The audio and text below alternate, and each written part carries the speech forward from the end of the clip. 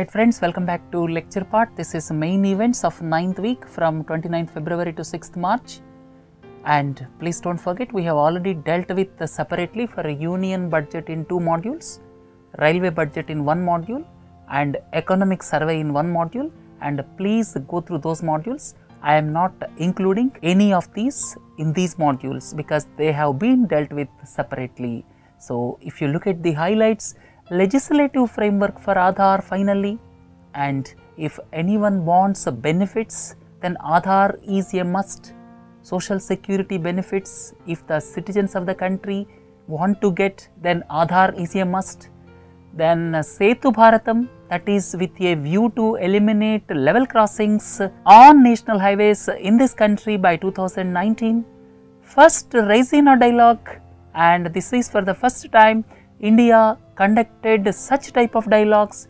This is basically conducted with the aim of Asian connectivity, but India and China are on different platforms when it comes to the issue of Asian connectivity.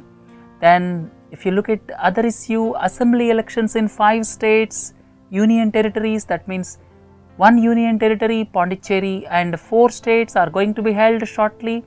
Then United Nations strict sanctions against North Korea, then raising of tensions between South Korea and North Korea, then India is poised for 7.5% growth, says IMF. Now on the fiscal front, government voted for 3.5% fiscal deficit. Now the onus fell on Reserve Bank of India to stimulate growth. We have to wait and see whether Raghuram Rajan will look into this issue or not.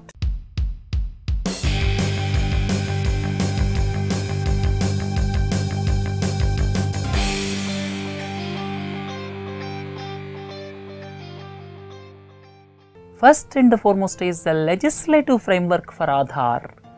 All of you are well aware, at present in our country more than 90 crore Aadhaars have already been issued, and government realized the benefit of using Aadhaar number because government could able to save lot of money in direct benefit transfer for LPG. All of you are familiar with the PEHL. PEHL is nothing but DBTL, direct benefit transfer for LPG, and around 15 crore people are getting DBTL under PEHL, and it entered into Guinness Book of World Records as the largest direct benefit transfer program in the world. Now government realized that the similar mechanism is to be ensured for other types of subsidies also. But what is coming in the way of government? Supreme Court several times gave several restrictions on the use of Aadhaar. Why Supreme Court is giving strictures on Aadhaar? Because Supreme Court is bothered about data protection or privacy issues. Government wants to ensure direct benefit transfer through Aadhaar. So as to bring legislative framework for the use of Aadhaar, now government finally brought Aadhaar targeted delivery of financial and other subsidies, benefits, services bill 2016 in Lok Sabha, and as per this bill, whoever gets subsidies, they have to produce Aadhaar. And another important aspect is, this is introduced as money bill under Article 110 of the Constitution. You may have a pertinent question, who will certify whether the bill classify as money bill or not? Lok Sabha Speaker is the competent authority to certify any bill as money bill, and government introduced this as a money bill because of sole reason government does not have majority in Rajya Sabha, and Rajya Sabha has got literally no power as far as money bills are concerned. So as to circumvent Rajya Sabha, this was introduced as money bill in Lok Sabha. And other important aspect is this seeks to provide for good governance, efficient, transparent and targeted delivery of subsidies. There are several advantages of directly transferring benefits through this unique identification mechanism of Aadhaar, because duplication can be eliminated. Lot of saving will be there for the government, and government can save these precious resources so as to spend for capital assets, right? And if you look into the other aspects, expenditure for the nationwide Aadhaar will be incurred from Consolidated Fund of India, and UIDAI will ensure the confidentiality and data protection issues. And please don't forget, Supreme Court previously raised concerns about privacy issues, and previously Supreme Court also restricted the use of Aadhaar till Constitution Bench delivers its verdict, and the issues pertaining to privacy and data protection are referred to 5-judge Constitution Bench, and Supreme Court stated that the use of Aadhaar is restricted till Constitution Bench looks at the larger issue of data protection, or you can say privacy issues. And now government introduced the bill, and once the bill is passed, the Aadhaar will have finally legislative framework, right?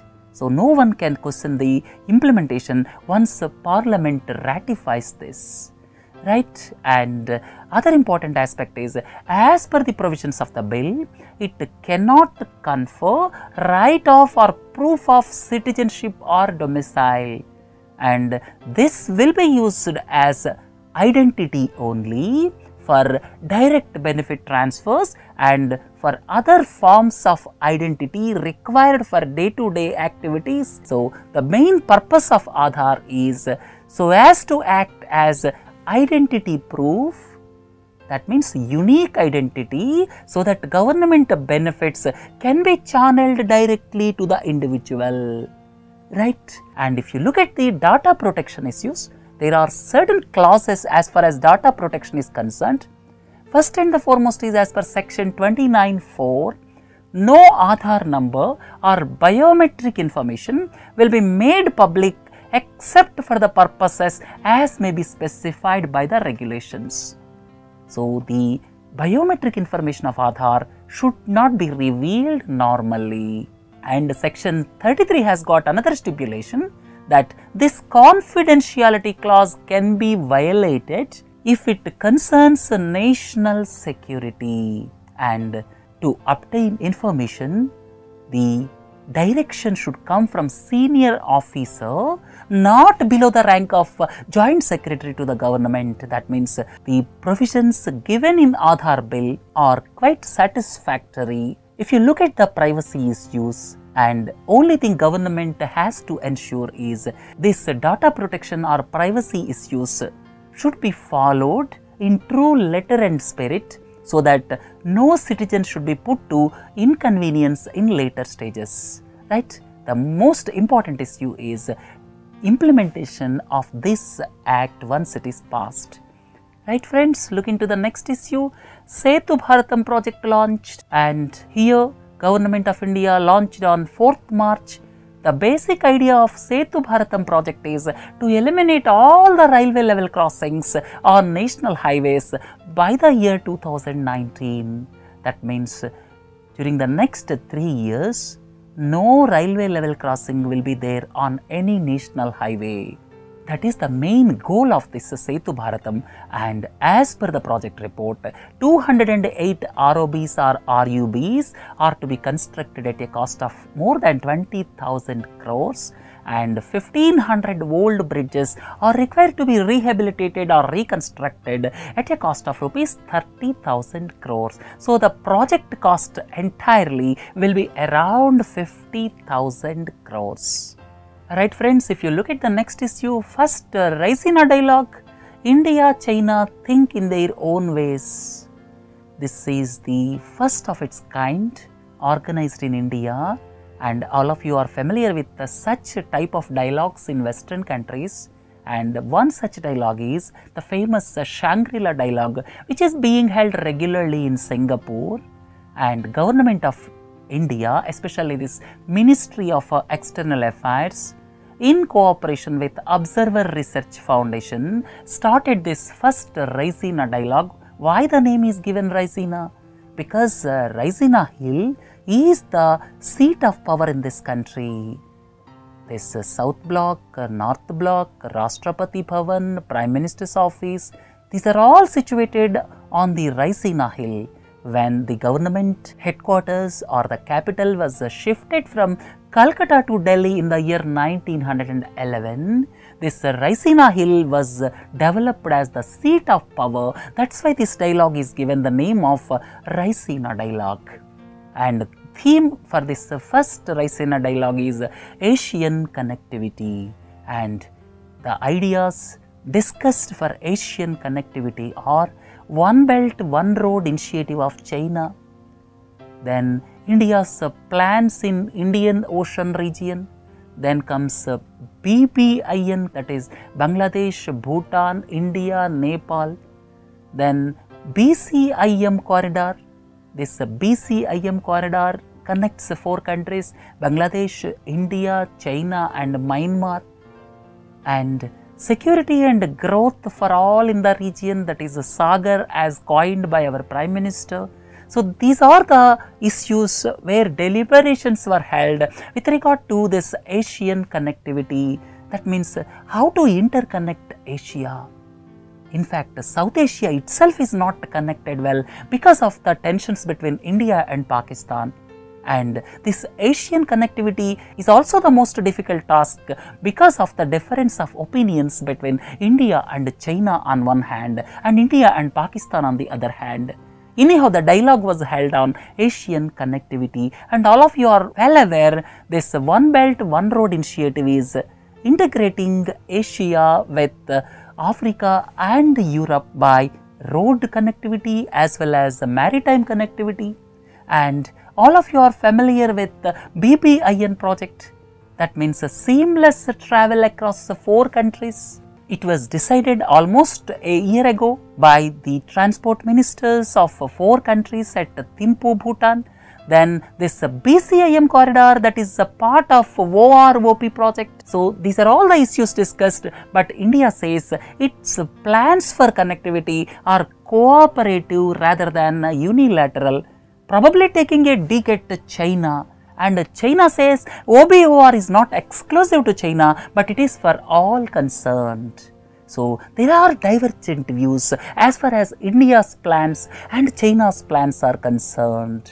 Right? Anyhow, it is the right initiative. For the first time, India conducted such types of dialogue. Right friends, if you look at the next issue, 4 states and the Union Territory of Puducherry are going to polls in the months of April and May. Here, West Bengal is going to polls in 6 phases. West Bengal has got 294 assembly constituencies. Mamata Banerjee is the Chief Minister, Trinamool Congress is the party. Then Jayalalitha, Chief Minister of Tamil Nadu, single phase elections are going to be held. Number of seats 234. And if you look at Kerala, Woman Chandi is the Chief Minister. There are 140 assembly seats. Single phase elections are going to be held. If you look at Assam, Tarun Gogoi, 126 seats. Elections will be held in 2 phases. And Tarun Gogoi belongs to Indian National Congress. And if you look at the Union Territory of Puducherry, N. Rangaswamy is the Chief Minister, and number of seats are 30, and elections are going to be held in single phase. So, in West Bengal, the elections will be held in 6 phases, and in Assam in 2 phases, and in remaining states and union territories, it will be held in single phase. Right? Let us wait and see how the parties will perform in these elections. Right friends, if you look at the world events,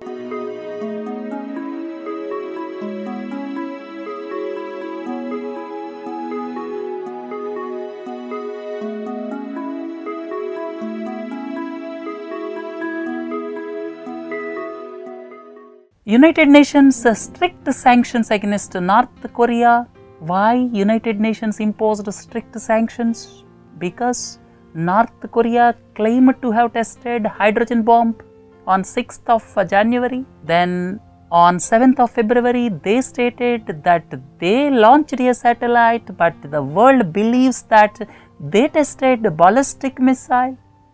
Because of these 2 reasons, the United Nations imposed strict sanctions against North Korea, and China is the closest ally of North Korea, and finally China signed the document supporting strict sanctions against North Korea. Now, as per the sanctions, export of coal, iron and iron ore used for its missile programs will be banned, and at the same time all gold, titanium ore, vanadium ore, rare earth minerals and aviation fuel exports will be banned, and any item that could develop North Korea's armed forces will be banned.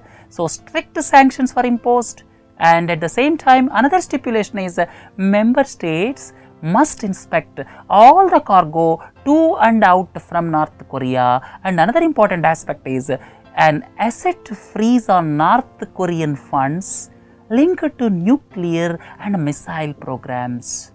And however, food and medicines are excluded from these sanctions, and let us wait and see how these sanctions will go on and how China will look at the issue, because China is the closest ally of North Korea, right? And if you look at the next issue, raising of tensions between South Korea and North Korea. What are the reasons? If you look at South Korea's annual key resolve or Fall Eagle military exercises. These are annual exercises, but this year South Korea is taking up on massive scale. 15,000 US troops are associating. That means there is a lot of mobilization of armed forces is there. 15,000 US troops moved to South Korea to attend in annual key resolve or Fall Eagle military exercises. Then second important point is South Korea requested United States of America for a missile shield in South Korea. Now North Korea is threatening South Korea with missiles. That's why South Korea requested United States of America for a missile shield in South Korea. And if you look at North Korea, all of you are well aware that it tested hydrogen bomb and ballistic missile, and it started test firing rockets into the sea in recent times. And another important point is the head of North Korea, Kim, ordered the nation's nuclear arsenal to be readied for preemptive use at any moment. That means he readied his nuclear arsenal for use at any moment. Because of these two things, the tensions between South Korea and North Korea are increasing in recent times. China can play larger role, but deliberately it is keeping silence. Right friends, if you look at the economy events,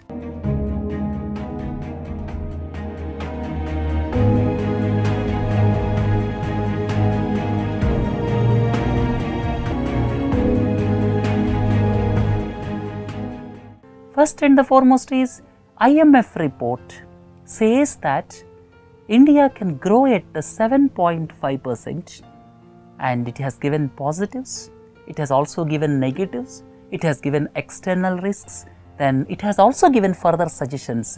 Let us look at them in brief.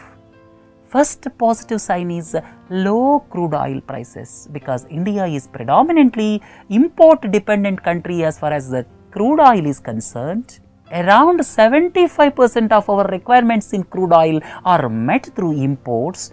That's why low crude oil prices will save our country, and current account deficit may be around 1 to 1.5% because of low crude oil prices.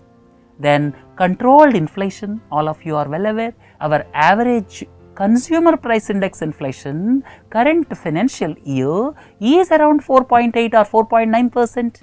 Fiscal deficit as per the target, because government voted for fiscal consolidation, government retained 3.5% fiscal deficit target. It has not gone for expansion. Then negative points, bad loans, public sector banks are badly hit because of non-performing assets. Similarly, corporate sector is also in trouble because of their poor balance sheets, or you can say stressed balance sheets. And part of the problem of these corporate balance sheets is because their debt equity ratio is very high and they are not able to service the loans to the public sector banks. So, this is basically twin balance sheet problem as told in economic survey. That is, the banks are facing problem, especially public sector banks, corporate houses are facing problem. So, because of these two things, then third thing is in certain sectors there is a delay in reforms, labor reforms, then you can say land acquisition. So, delay in reforms is another reason for negatives. Then external risks. Our economy may be affected because of certain external risks. One such risk is a slowdown in China. Second one is fall in global commodity prices. Commodity prices like iron ore, commodity prices like aluminium have fallen drastically in recent times. Then there is apprehension that the Federal Reserve may increase interest rates. If Federal Reserve increases interest rates, then capital flight may take place. Overall, uncertain global markets, some of the countries are not able to come out of a recession.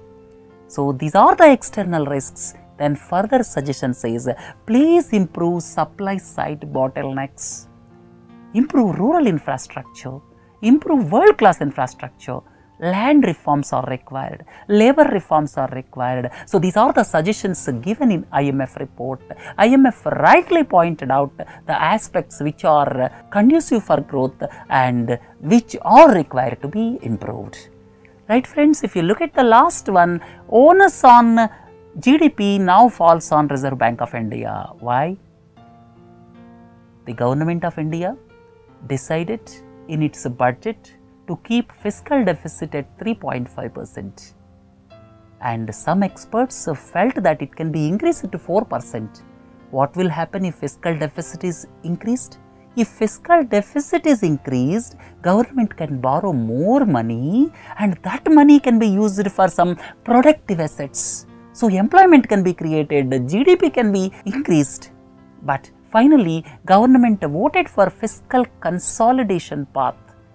That means, as per FRBM Act of 2003, government has to go for fiscal deficit target of 3%, and government committed almost 1.5 years ago that it will stick to fiscal deficit target of 3% by 2017-18.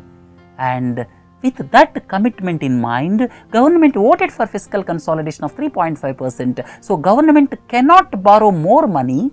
That means money for capital investments or public investments cannot be increased beyond certain limits. So, now the onus falls on Reserve Bank of India to increase money circulation through its monetary policy. That is the essence of this article. And if you look at point by point, more emphasis in budget on agriculture and social spending, then there is a doubt whether the disinvestment target of 56,000 crores will be met or not. Government has given target of disinvestment 56,500 crores. If that target is not met in 2016-17, what will happen? Further capital expenditure will be limited by the Government of India. The effect of a 7th pay commission and one rank one pension schemes will cost government close to around 1 lakh crores of rupees, and after the implementation of these 7th pay commission as well as one rank one pension, then government's ability to spend more on capital expenditure may further reduce. And now the government has given target for direct taxes and indirect taxes. And as the experience of the last year clearly shows, government may not be able to meet direct taxes target for the year 2016-17. And if government is not able to meet the target for revenue, then what will happen? Ultimately, the expenditure on capital assets will be still reduced. So, by taking all these things into consideration, now the onus falls on Reserve Bank of India to put more money into circulation as the inflation is also under control below 5%. So, is Raghuram Rajan ready for it or not? We have to wait and see. Right friends, with this let us conclude lecture part. Please do join for other modules. Have a nice day. Thank you.